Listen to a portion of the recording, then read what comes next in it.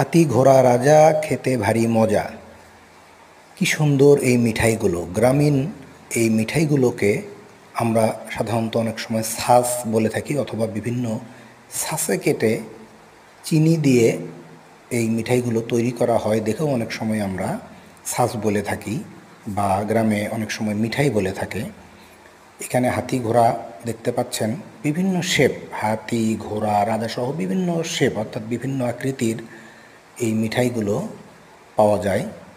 পাশাপাশি এটা দেখতে পাচ্ছেন, এটা নারিকেলের সন্দেশের মতো, অর্থাৎ নারিকেল কুচি কুচি করে কেটে চিনিতে সুন্দর করে চুবাইয়ে এক ধরনের বিশেষ মিষ্টান্ন তৈরি করা হয়েছে। এটা হচ্ছে জামনাড়ু বলে থাকি আমরা গ্রামের ভাষায়, জামনাড়ু।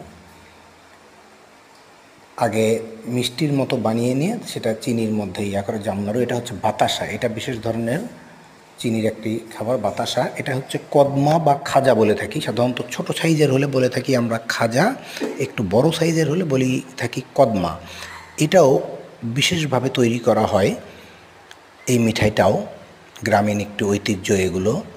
আপনারা যারা এই কদমা, খাজা, বাতাসা, ছাঁচ, বিভিন্ন ধরনের গ্রামীণ বাংলাদেশের ঐতিহ্যবাহী মিঠাইগুলো তৈরি, খাওয়ার সিস্টেম বা বিভিন্ন ধরনের ভিডিও পেতে চান, তারা নিয়মিত এই যুব জানালা চ্যানেলটি দেখার চেষ্টা করবেন। কিভাবে দেখবেন? অবশ্যই সাবস্ক্রাইব করে রাখবেন।